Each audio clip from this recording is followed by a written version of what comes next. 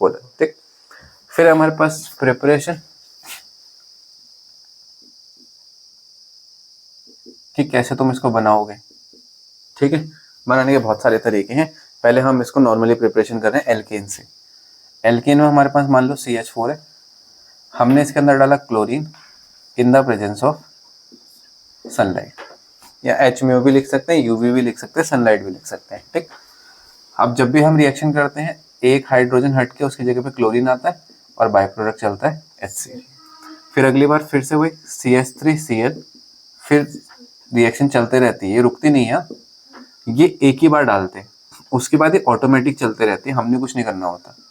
CH2Cl2 plus HCl, CH2Cl2 plus Cl2, फिर reaction दे देगा तुम्हें CHCl3, CCl इसको बोलते हैं क्लोरोफॉर्म, ठीक है। अगर यही हमारे पास CHBr3 होता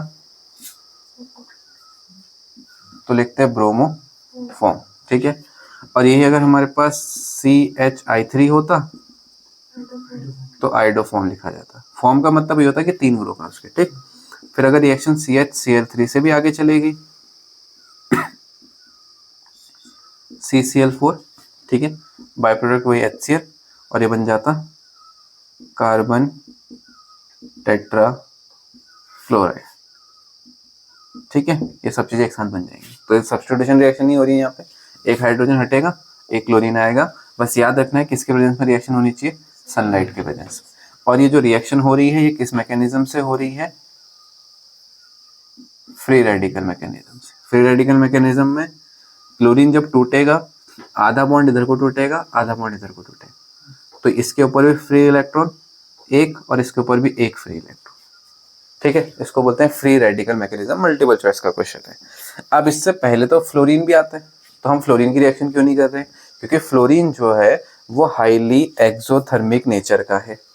फ्लोरीन जो है वो अंधेरे में भी रिएक्शन नहीं कर सकता, मतलब डार्क में भी रिएक्शन नहीं होती। इसलिए हमने याद रखना है कि अगर हम फ्लोरीन की रिएक्शन लिख रहे हैं तो वो रिएक्शन जो होगी वो एक्सोथर्मिक होगी, टेस्ट ट्यूब फट जाएगा, तो फिर रिएक्शन ही कहाँ कर पाएंगे हम उसकी, ठीक है। फिर इसके बाद ब्रोमीन के लिए अगर CH4 को हमने Br2 से कराना है तो ब्रोमीन के लिए करना पड़ता है हमें इसको हीट। फिर सनलाइट नहीं आती, फिर हीट करते हैं।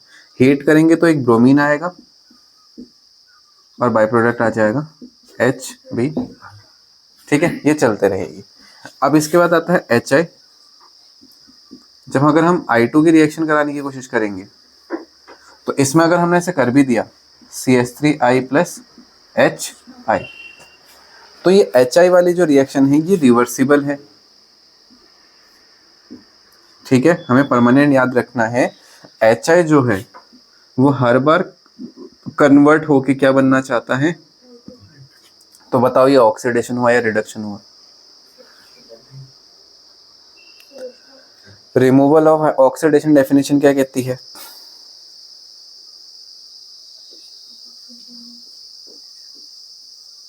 एडिशन ऑफ ऑक्सीजन या फिर रिमूवल ऑफ हाइड्रोजन। इसमें रिमूवल हो रहा है हाइड्रोजन का, यानी कैसी रिएक्शन है, ऑक्सीडेशन, ठीक है। तो यानी कि HI जो है वो क्या करना चाहता है, ऑक्सीडेशन करना चाहता है। इसलिए हम अपनी इस रिएक्शन को करने के लिए जो कि रिवर्स हो जा रही है उसको बचाने के लिए इसके ऊपर एक ऑक्सीडाइजिंग एसिड डाल देंगे HiO3, ठीक है। ये क्यों डाला, ताकि ये रिएक्शन वापस से क्या ना हो सके, रिवर्स, वरना रिएक्शन रिवर्स शुरू हो जाएगी, ठीक है। अब हमें पहला प्रोडक्ट क्या मिल जाएगा, CH3I। अब कोई इशू नहीं। अब जो HI मिलेगा भी वो किससे रिएक्शन कर जाएगा, HiO3 से, और वो बना के दे देगा हमें I2 प्लस, ठीक है। तो क्वेश्चन यहाँ पे से 2 क्वेश्चन जनरेट होंगे। एक तो ब्रोमीन की रिएक्शन क्यों नहीं करी, क्योंकि ब्रोमीन जो है वो हाईली एक्सोथर्मिक नेचर का है, इसलिए नहीं करी। पहला केस यहाँ पे हो गया, ठीक है। सॉरी, फ्लोरीन, ठीक है। फ्लोरीन जो है वो हाईली एक्सोथर्मिक नेचर का है, इसलिए हमने फ्लोरीन की रिएक्शन यहाँ पे नहीं करी। पहला ये केस हो गया। फिर ये कि जब भी क्लोरीन की रिएक्शन होगी, अगर सब्स्टिट्यूशन करवाने हैं तो वो किसके प्रेजेंस में होगी, सनलाइट के प्रेजेंस में, ठीक है। सनलाइट के प्रेजेंस में जो बॉन्ड टूटते हैं वो कौन सी मैकेनिज्म से टूटते हैं, फ्री रेडिकल मैकेनिज्म से। हाँ, ऐसा भी पूछ सकता है यहाँ पे जो क्लोरोफॉर्म बना है क्या इसका यूज कर सकते हैं? नहीं, इसका कोई यूज नहीं कर सकते। ना यूज करने का कारण क्या है? क्योंकि ये सब एक साथ मिक्स होके आए होंगे जितना होगा यहाँ तक। अब इस मिक्स को मैं सेपरेट नहीं कर सकता, इसलिए मैं इनको एक साथ कभी भी यूज नहीं कर सकता। एक क्वेश्चन ये बनेगा यहाँ से, ठीक है। उसके बाद आयोडीन वाला केस। ये आयोडीन की रिएक्शन रिवर्सिबल क्यों है? क्योंकि HI ऑक्सीडेशन करके क्या बनना चाहता है? I2। इसलिए इस रिएक्शन को रिवर्स होने से रोकने के लिए इसमें एक आयोडिक एसिड डाला जाएगा जो कि एक पावरफुल ऑक्सीडाइजिंग एजेंट है। तो हमने एक ऐसा एसिड डाला जो कि कैसा है? ऑक्सीडाइजिंग एजेंट, ठीक है। देन फिर नेक्स्ट टॉपिक है प्रिपरेशन फ्रॉम एल्कीन। अगर हमें एल्कीन से प्रिपेयर करना पड़ा,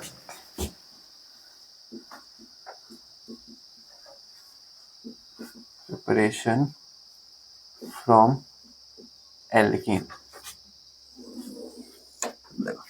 जब एल्कीन की बात आएगी तो हमारे पास था CH2 डबल बॉन्ड CH2। अगर हमने इसमें Br2 डाल दिया सीधे, ठीक है, तो हमें पता है कि एक Br इस कार्बन पे जुड़ेगा और एक Br इस पे जुड़ेगा, इस तरीके से, ठीक है, कोई दिक्कत नहीं है। और अगर तुमने इसके अंदर CH2 डबल बॉन्ड CH2 के अंदर डाल दिया HCl, तो एक H पहले वाले पे जोड़ लो, दूसरे वाले पे क्या जोड़ लो? Cl। ये इजीली ऐड हो जाएगा। डबल बॉन्ड जो रिएक्शन करती है उस रिएक्शन को बोलते हैं हम एडिशन रिएक्शन। एडिशन रिएक्शन का मतलब होता है डबल या ट्रिपल बॉन्ड को सिंगल में कन्वर्ट करना, उसको तुम एडिशन रिएक्शन बोलोगे, ठीक है। अब इस एडिशन रिएक्शन में एक कॉम्प्लिकेटेड हिस्सा है तब जब हमारे पास ऐसा आ जाए कि हमें ये ना पता लगे कि ये किस तरफ जोड़ना है। यहाँ तो ठीक था, दोनों जगह बराबर हाइड्रोजन थे, कहीं पे भी क्लोरीन जोड़ दो, कहीं पे भी हाइड्रोजन जोड़ दो, इसमें कोई चेंज नहीं था। लेकिन HBr वाला केस, अब इसमें क्या है? यहाँ पे तो एक ही हाइड्रोजन है, यहाँ पे दो, तो फिर रूल लगता है मार्कोनिक ऑफ एडिशन। अब मार्कोनिक ने कहा था नेगेटिव हिस्सा वहां जुड़ेगा जहां हाइड्रोजन कम है, ठीक है। तो CH3 CH Br CH3, ठीक। इसी में दूसरा रूल आ जाता है CH3 CH2 double bond CH2 HBr in the presence of peroxide. Peroxide कहता है कि नेगेटिव हिस्सा वहां जुड़ेगा जहां हाइड्रोजन ज्यादा है, क्योंकि एंटी मार्कोनिक का रूल लगता है। तो नेगेटिव हिस्सा वहां जुड़ता है जहां हाइड्रोजन ज्यादा है, ठीक है, ये इस तरीके से जुड़ेगा। तो कौन सी रिएक्शन होगी? एडिशन रिएक्शन, ठीक। देख, तो प्रिपरेशन यहाँ से भी पूरी हो जाएगी, ठीक है। उसके बाद अगर मान लो हमारे पास आया CH3 CH2 CH double, sorry, ठीक है, CH3 CH double bond CH2, तुमने डाला Cl chlorine in the presence of sunlight. अब जब यहाँ पे भी सेम था और यहाँ पे भी दोनों सेम थे, तुमने कहा एक इस पे जोड़ देते हैं, एक इस पे जोड़ देते हैं, क्या दिक्कत है?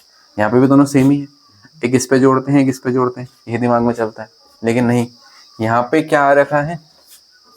सनलाइट। सनलाइट मतलब, और फ्री रेडिकल का मतलब हो गया सब्स्टिट्यूशन रिएक्शन। तो ये कौन सी रिएक्शन करेगा? मतलब एक हाइड्रोजन हटेगा, एक क्लोरीन जोड़ेगा। और सब्स्टिट्यूशन रिएक्शन सिर्फ और सिर्फ किसमें पॉसिबल है? Single bond. डबल बॉन्ड में सब्स्टिट्यूशन नहीं होता। तो सब्स्टिट्यूशन कहाँ होगा? यहाँ। अब इनको कुछ नहीं होगा, CH2 इस पे क्या जुड़ेगा? Cl, बाकी जो जैसा है वो वैसा ही रहेगा। हाँ, सनलाइट की जगह पे यहाँ पे कुछ नहीं लिखा होता, ठीक है, या कुछ और लिखा होता तो हम यहाँ पे एक क्लोरीन यहाँ जोड़ते और एक क्लोरीन यहाँ जोड़ते, ठीक है। तो जब सनलाइट आएगी तो हमने एक क्लोरीन इधर जोड़ना है, दूसरा उधर, ठीक। थर्ड प्रिपरेशन आती है फ्रॉम एल्कोहल, कि अल्कोहल से कैसे प्रिपेयर करेंगे। CH3OH मान लेते हैं अल्कोहल था, ठीक है, तुमने डाला HCl an anhydrous ZnCl2। HCl और एनहाइड्रस ZnCl2 को बोलते हैं लुकास रिएजेंट, ठीक है। तो ये दोनों मिला के एक साथ बनाएंगे लुकास रिएजेंट। अब ये रिएक्शन है सब्स्टिट्यूशन की रिएक्शन, यानी कि chlorine negative charge, oxygen negative charge, OH हटेगा, Cl जुड़ेगा तो बना के देगा CH3Cl और बाई प्रोडक्ट H2। ठीक है, तो ये पे तुम्हें H2 बाई प्रोडक्ट मिलेगा। या फिर अगर हमारे पास है CH3OH, तुमने डाला PCl5, तो यहाँ पे भी सेम उसी तरीके से रिएक्शन होगी, PCl5 में भी OH हटेगा, उसकी जगह जुड़ेगा Cl। ठीक है, अब ध्यान से, हाँ, PCl जो 5 है उसका ब्रेक कैसे होता है, PCl3 प्लस Cl2, इस तरीके से ब्रेक डाउन होता है इसका। ठीक है, अब एक क्लोरीन तो गायब हो गया जो कि बॉन्ड बना दिया, अब कितने क्लोरीन बचे हैं, एक ही बचा है। अब ये क्लोरीन जो है अकेला घूम रहा है तो हाइड्रोजन को लेके जा सकता है, क्योंकि हाइड्रोजन के साथ इजीली बॉन्ड बन सकता है किसका, HCl का। एक तो ये हो गया, अब बस ऑक्सीजन बच गया। तो फोस्फोरस ने कितने बॉन्ड बनाने थे, 5, तुम्हारे फोस्फोरस ने कितने बनाए हैं, 3, अभी 2 बॉन्ड बचे हैं, और ऑक्सीजन कितने बॉन्ड बनाता है, 2, तो बनाएगा POCl। ये बाय प्रोडक्ट है, मेन प्रोडक्ट तो पहले वाला ही है। ठीक है, देन उसके बाद हमारे पास फिर से मान लो अल्कोहल था और हमने रिएक्शन में डाल दिया उसके बाद SOCl थियोनाइल क्लोराइड, जिसको डार्जन मेथड भी बोलते हैं। ठीक है, इसमें भी वही होने वाला है, क्लोरीन है, इसका मतलब फिर से सब्स्टिट्यूशन रिएक्शन होगी, CH3Cl और बाय प्रोडक्ट होगा हमारे पास सल्फर डाइऑक्साइड। ठीक है, 2 क्लोरीन थे, अब एक हाइड्रोजन भी बचा, तो एक प्रोडक्ट हो जाएगा HCl। ठीक है, तो अल्कोहल से जब भी प्रिपेयर करना है, ये 3 रिएक्शन है तुम्हारे पास, और तीनों में कौन सा मेथड लगेगा उस समय, सब्स्टिट्यूशन मेथड। ठीक, तो ये ध्यान से प्रिपेयर हो गया। देन फोर्थ हमें प्रिपेयर करना है फ्रॉम कार्बोक्सिलिक एसिड। ठीक है, कि कार्बोक्सिलिक एसिड से किस तरीके से प्रिपेयर कर सकते हैं, जिसको हम हुंस-डाइकर रिएक्शन भी कहते हैं।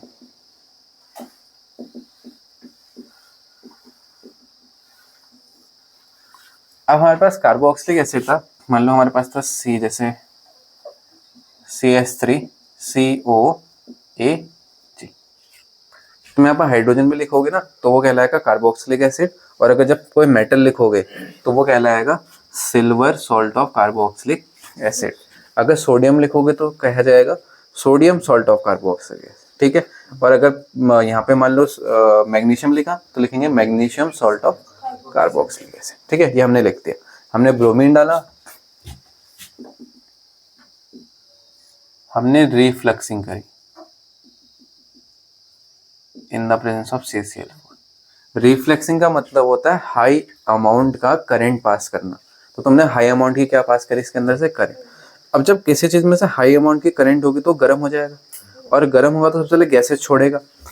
यहाँ पे एक गैस है बीच में CO2, पहले तो हम इसको हटाएंगे। ठीक है, अब क्या क्या अलग हो गया, देखो एक CH3 अलग हो गया और एक HCl। कितने ब्रोमीन है तुम्हारे, 2 ब्रोमीन है, और ब्रोमीन भी ये मेटल है ना, सिल्वर, ब्रोमीन नॉन मेटल है, मेटल और नॉन मेटल तो जुड़ते हैं नमक बनाने के लिए, तो AgB। अब कितने ब्रोमीन बचे, 1, तो यानी कि बस हो गया। ठीक है, तो यहाँ से भी हम हेलो एल्केन प्रिपेयर कर सकते हैं, यानी कि कार्बोक्सिलिक एसिड से भी इजीली क्या प्रिपेयर किया जा सकता है, हेलो एल्केन। ठीक है, देन फिर नेक्स्ट रिएक्शन आ जाती है हमारे पास हैलाइड एक्सचेंज मेथड, जिसमें हम फिंकलस्टीन की रिएक्शन भी पढ़ते हैं, स्वार्ट्ज रिएक्शन भी पढ़ते हैं। तो हैलाइड एक्सचेंज मेथड क्या है, CH3CH2Cl, मान लो NaI से हमने रिएक्शन कर दी, तो यहाँ पे क्या होने वाला है, क्लोरीन को जो आयोडीन है वो रिमूव कर देगा, इसको तभी हैलाइड एक्सचेंज मेथड का, ये इधर ये इधर, तो क्या बना के देगा CH3CH2I, बाई प्रोडक्ट हो जाएगा NaC। ठीक है, किसके रिएक्शन है, फिंकलस्टीन रिएक्शन, ये फिंकलस्टीन रिएक्शन है। नेक्स्ट अगर हमारे पास स्वार्ट्ज रिएक्शन आई, स्वार्ट्ज रिएक्शन भी इंपॉर्टेंट है, क्योंकि अभी तक ना तुम्हारे पास फ्लोरीन का कोई भी रिएक्शन नहीं है, ये अकेले रिएक्शन है जिसमें हम फ्लोरीन को लेके आ रहे हैं सब्स्टिट्यूशन मेथड से। ठीक है, तो ये बना के देगा तुम्हें CH3CH2F प्लस AgBr। ऊपर होगी फिंकरस्टीन रिएक्शन और नीचे वाली होगी कौन सी रिएक्शन, श्वार्ट्ज रिएक्शन।